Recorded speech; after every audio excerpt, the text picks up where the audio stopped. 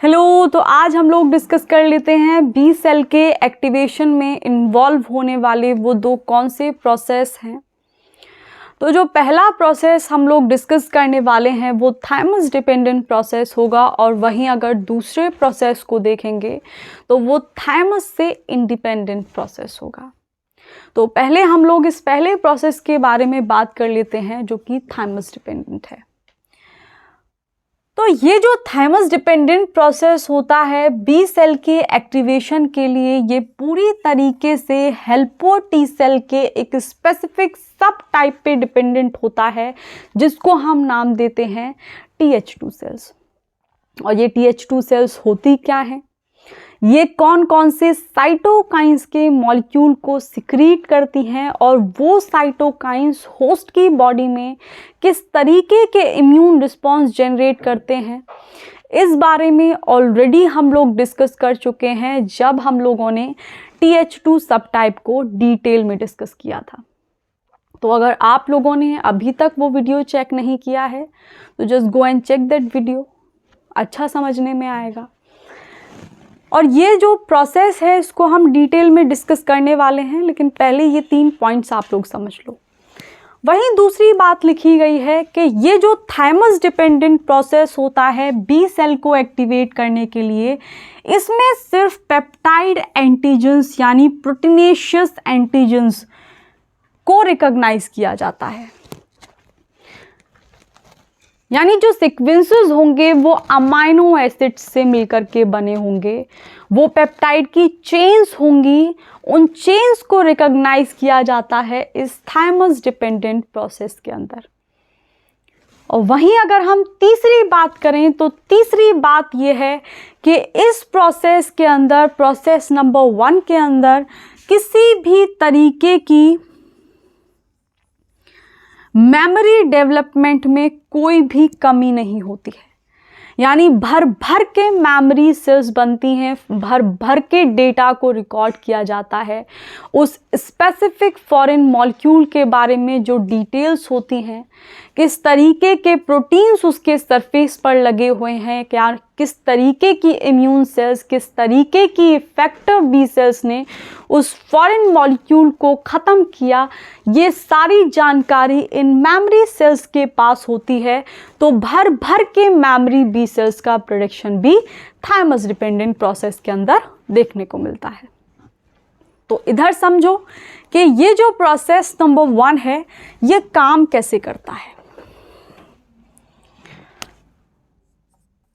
तो ये जो हमारा प्रोसेस नंबर 1 है यानी थाइमस डिपेंडेंट प्रोसेस, इसके अंदर जो हमारी बी सेल्स होती हैं, ये बी सेल्स एक्ट करती हैं एज एंटीजन प्रेजेंटिंग सेल यानी APC की तरह। और इस बारे में भी हम लोग बहुत डिटेल में डिस्कस कर लिए हैं। अगर ये वाला वीडियो भी आप लोगों ने नहीं देखा है तो जाकर के एक बार चेक कर लीजिए। वैसे हम अभी इसको डिटेल में डिस्कस कर ही रहे हैं। तो इधर देखो, इसमें क्या होता है कि मान लो हमारा एक फॉरेन मॉलिक्यूल है और वो फॉरेन मॉलिक्यूल होस्ट की बॉडी के अंदर एंटर कर गया।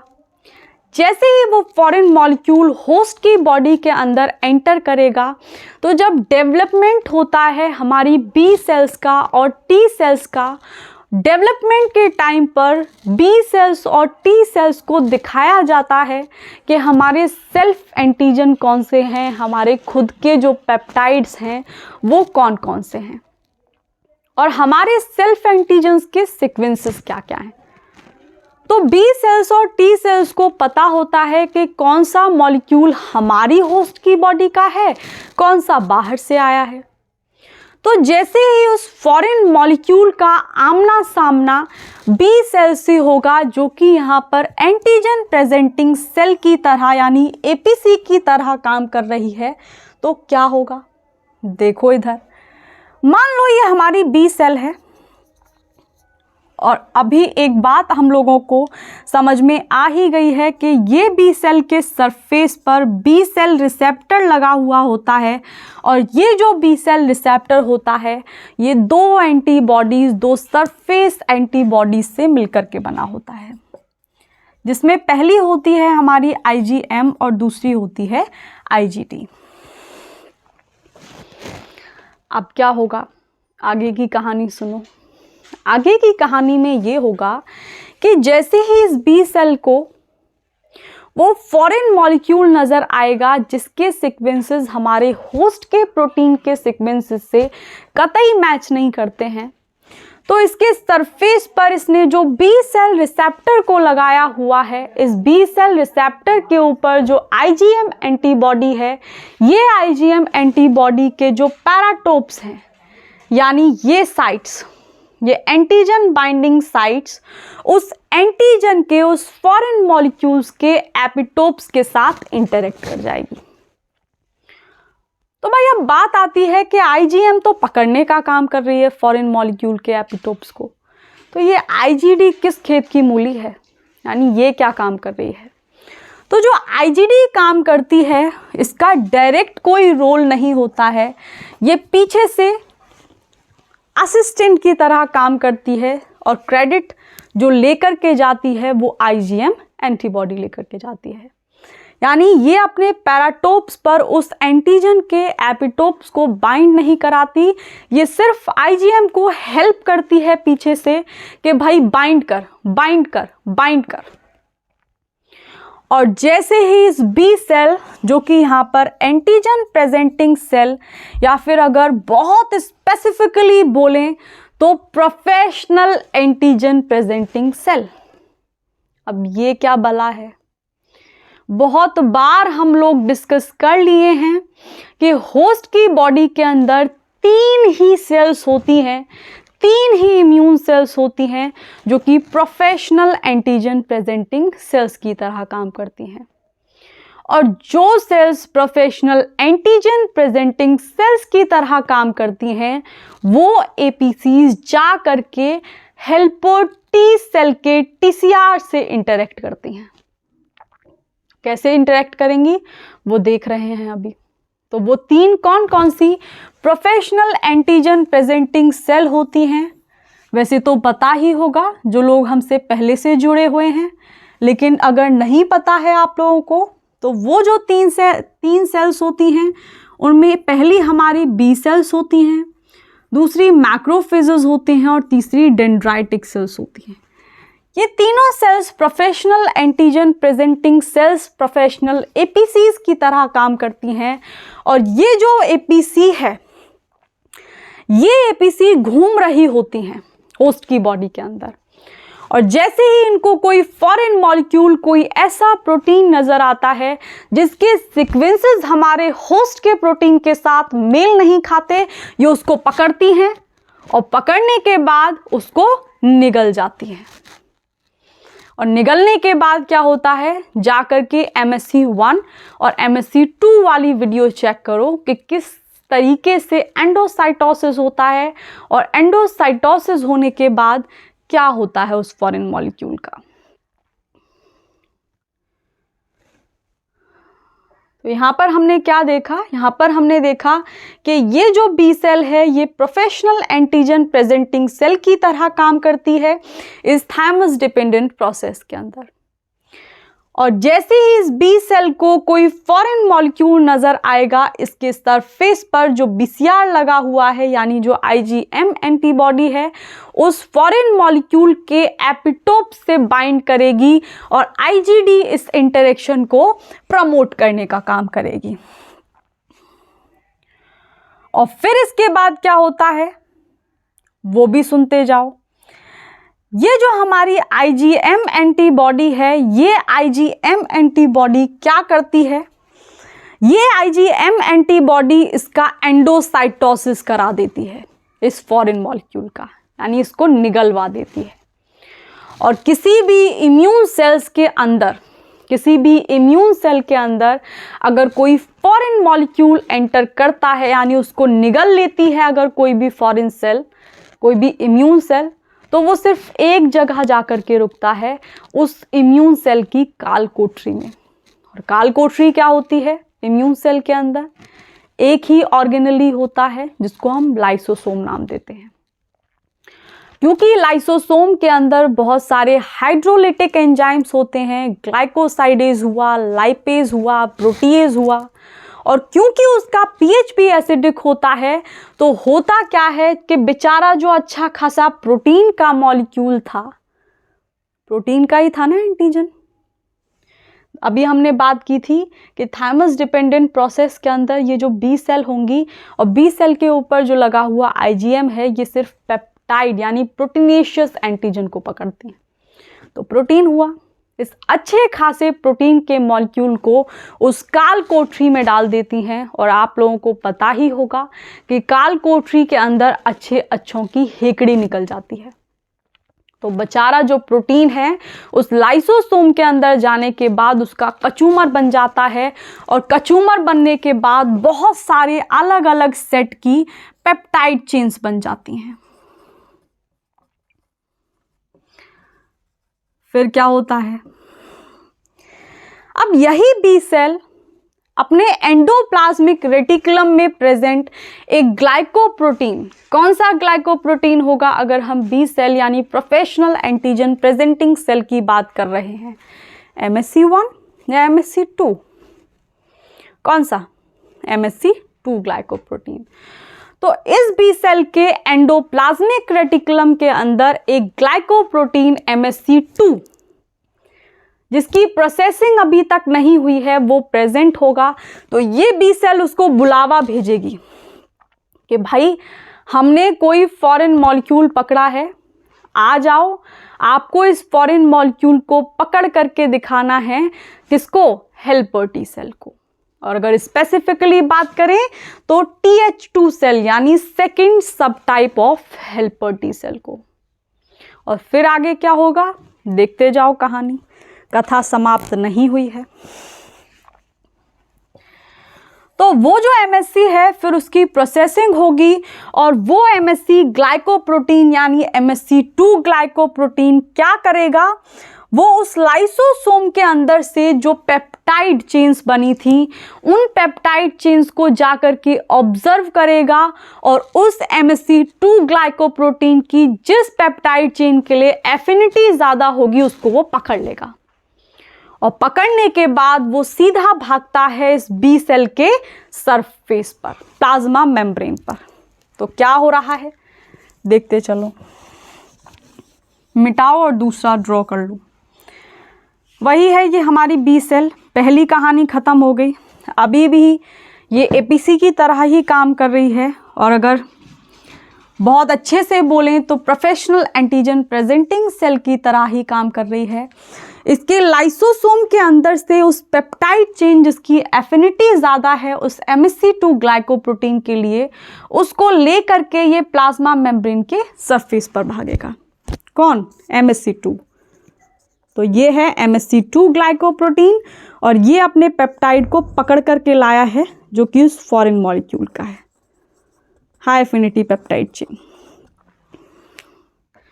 अब ये तीनों कौन कौन भैया, ये एंटीजन प्रेजेंटिंग सेल यानी बी सेल, बी सेल के ऊपर लगा हुआ ये MSC2 ग्लाइकोप्रोटीन, और MSC2 ग्लाइकोप्रोटीन के द्वारा जकड़ा हुआ, पकड़ा हुआ ये पेप्टाइड का चेन बॉडी के अंदर, ब्लड के अंदर सर्कुलेट करेंगे, और एक सेल को ढूंढ रहे होंगे, हेल्पर टी सेल को।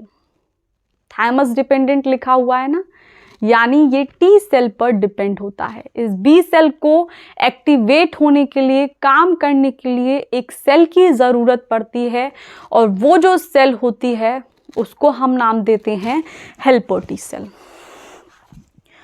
तो अब ये होस्ट की बॉडी के अंदर घूमेंगे और एक सेल को ढूंढ रहे होंगे जिसका नाम है हमारा हेल्पर टी सेल। और हम लोगों को पता है कि हेल्पर टी सेल के सरफेस के ऊपर एक TCR लगा हुआ होता है जिसको हम टी सेल रिसेप्टर नाम देते हैं। और ये जो टी सेल रिसेप्टर और इस MSC ग्लाइकोप्रोटीन के ऊपर लगे हुए पेप्टाइड चेन के बीच में एक इंटरेक्शन होगी, और इंटरेक्शन होने के बाद ये जो हमारी TH2 सेल है ये हो जाएगी एक्टिवेट, ये जाग जाएगी। तो TH2 सेल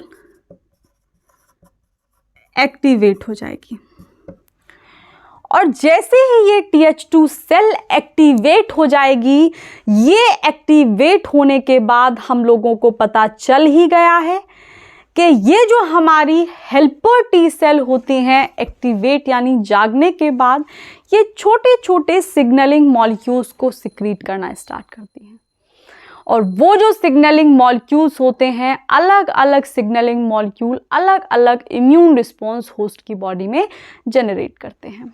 तो अब क्या होगा, ये हमारी TH2 सेल एक्टिवेट हुई, एक्टिवेट होने के बाद ये एक स्पेसिफिक साइटोकाइन यानी सिग्नलिंग मॉलिक्यूल को सिक्रीट करना स्टार्ट कर देगी, जिसका नाम है हमारा सिक्रीट्स IL-4 साइटोकाइन। जिसका काम क्या है ये आप लोगों को पता चलेगा TH2 सेल के अंदर। TH2 सबटाइप वाली वीडियो जाकर के चेक करो, वहां आपको ये दिखाई देगा।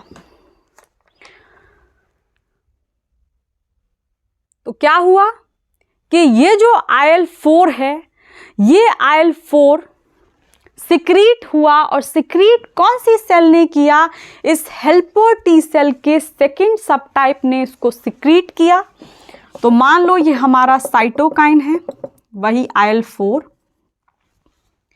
अब ये IL-4 जो साइटोकाइन है, इस IL-4 साइटोकाइन के जो रिसेप्टर होंगे यानी जो ताले होंगे, ताले मतलब IL-4 ये चाबी हो गई और इसके जो ताले हैं इन चाबियों के वो लगे हुए होते हैं इस B सेल के सरफेस के ऊपर। तो IL-4 के रिसेप्टर होंगे P सेल के सरफेस के ऊपर।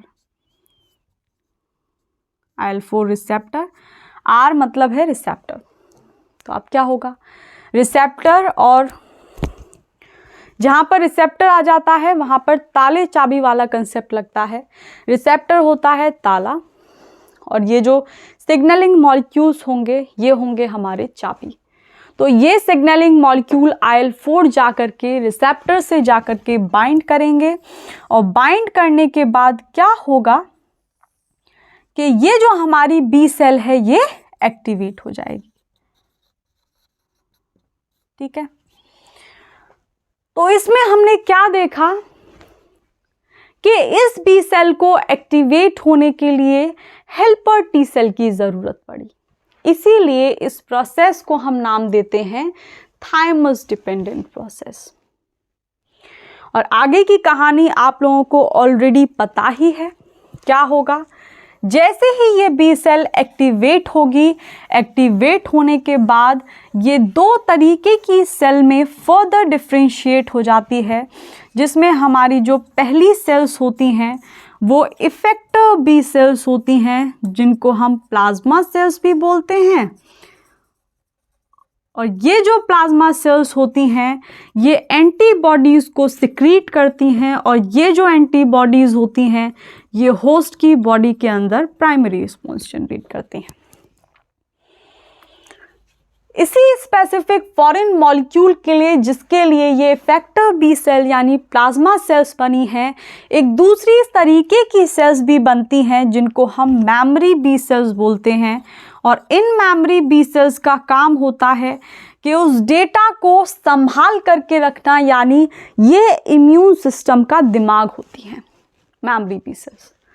सारे डेटा को इकट्ठा करके रखती हैं कि कौन कौन से फॉरेन मॉलिक्यूल हैं जो होस्ट की बॉडी के अंदर पहली बार एंटर कर रहे हैं, या फिर कौन कौन से फॉरेन मॉलिक्यूल दूसरी तीसरी बार पिटने के लिए आए हैं।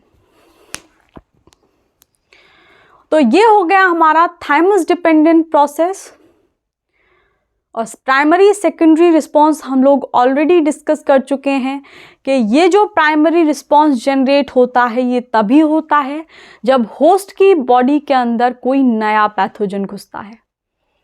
अगर वही सेम फॉरेन मॉलिक्यूल, वही पैथोजन होस्ट की बॉडी के अंदर दोबारा एंटर करता है, तब B सेल एक्टिवेट ना हो करके ये मेमोरी सेल्स एक्टिवेट होती हैं और फर्दर ये दो तरीके की सेल्स बनाती हैं। वही पहली हमारी इफेक्टर B सेल्स और अब ये जो रिस्पॉन्स बनाएंगी इफेक्टिव बी सेल्स, जो मेमोरी बी सेल्स से डिफ्रेंशिएट होकर के बन रही हैं, ये सेकेंडरी रिस्पॉन्स जनरेट करती हैं। और नई मॉडिफिकेशन के लिए, सेकेंडरी रिस्पॉन्स के लिए और ज़्यादा अमाउंट में मेमोरी बी सेल्स का प्रोडक्शन होने लगता है।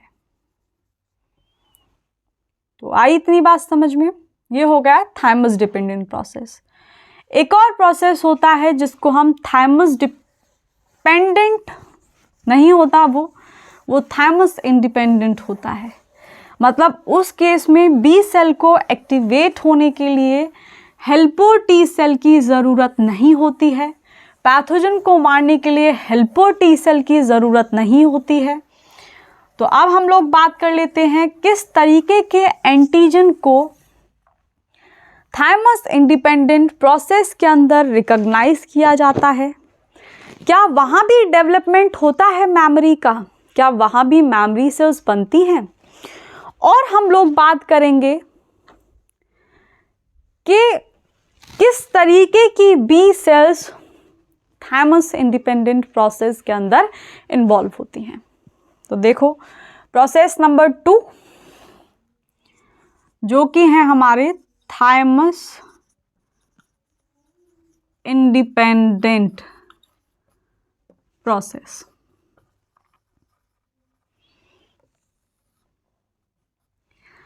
तो ये जो थाइमस इंडिपेंडेंट प्रोसेस होता है, इसमें मार्जिनल बी सेल्स इन्वॉल्व होती हैं। यानी यहाँ पर जो बी सेल्स एक्टिवेट होती हैं वो B cells marginal B cells होती हैं। दूसरी बात आती है कि थाइमस इंडिपेंडेंट प्रोसेस के अंदर किस तरीके के फॉरेन मॉलिक्यूल को रिकॉग्नाइज किया जाता है। तो वहाँ यानी थाइमस डिपेंडेंट प्रोसेस के अंदर पेप्टाइड एंटीजन और प्रोटीनेशियस एंटीजन को रिकॉग्नाइज किया जा रहा था, लेकिन यहाँ जो एंटीजन को रिकॉग्नाइज किया जाता है वो एंटीजन नॉन प्रोटीनेशियस एंटीजन होता है। जैसे कार्बोहाइड्रेट हुए, कार्बोहाइड्रेट के रेसिड्यूज हुए। अगर किसी पैथोजन सरफेस पर कार्बोहाइड्रेट के रेसिड्यूज लगे हुए हैं तो उनको रिकॉग्नाइज करने का काम ये मार्जिनल बी सेल्स करती हैं। और ये जो मार्जिनल बी सेल्स होती हैं किस तरीके से एक्टिवेट होती हैं, देखो इधर। तो यहाँ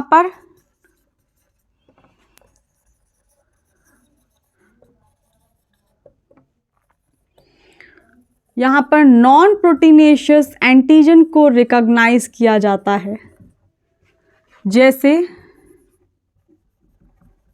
जैसे कार्बोहाइड्रेट के रेसिड्यूज हुए,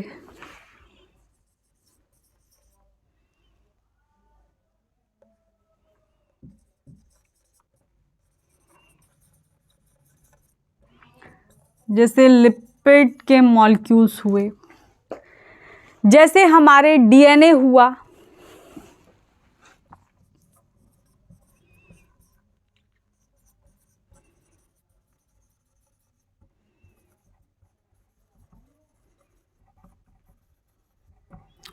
ठीक है।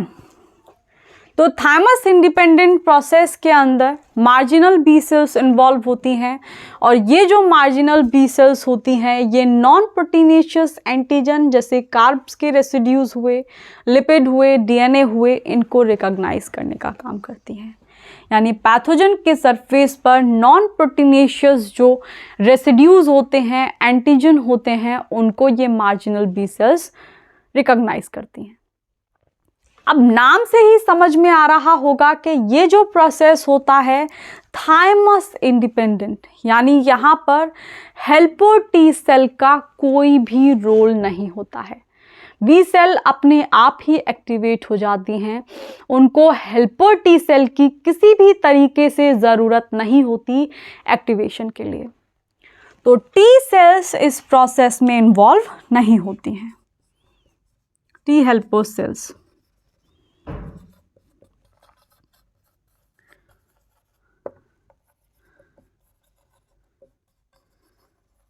इस प्रोसेस में इन्वॉल्व नहीं होती।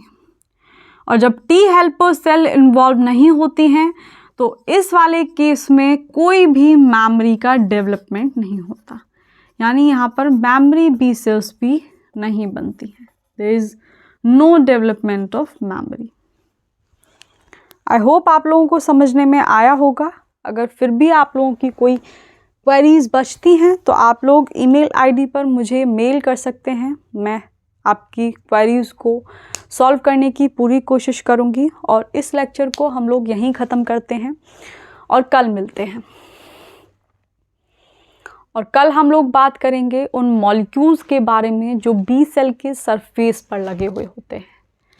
हम लोग कई बार बोले हैं कि जो बी सेल होती है जब वो मैच्योर हो जाती है तो उसके सरफेस पर बीसीआर होता है। कंप्लीट बीसीआर में 2 एंटीबॉडीज़ होती हैं, आईजीएम और आईजीडी एंटीबॉडी।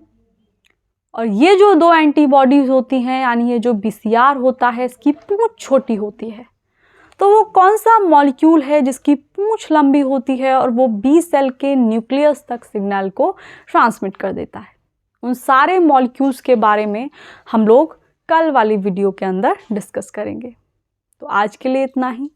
और अगर आप लोगों ने अभी तक चैनल को सब्सक्राइब नहीं किया है तो चैनल को सब्सक्राइब कर लें, घंटी वाली जो बेल आइकन है उसको प्रेस कर दें, घंटी वाले आइकन को बजा दें, ताकि अगर कोई भी नई अपडेट आती है तो वो आप लोगों तक फटाफट पहुंच जाए। और अपने फ्रेंड्स को भी वीडियोस को शेयर कर दें ताकि वो लोग भी एग्ज़ाम के लिए प्रिपेयर कर पाएँ।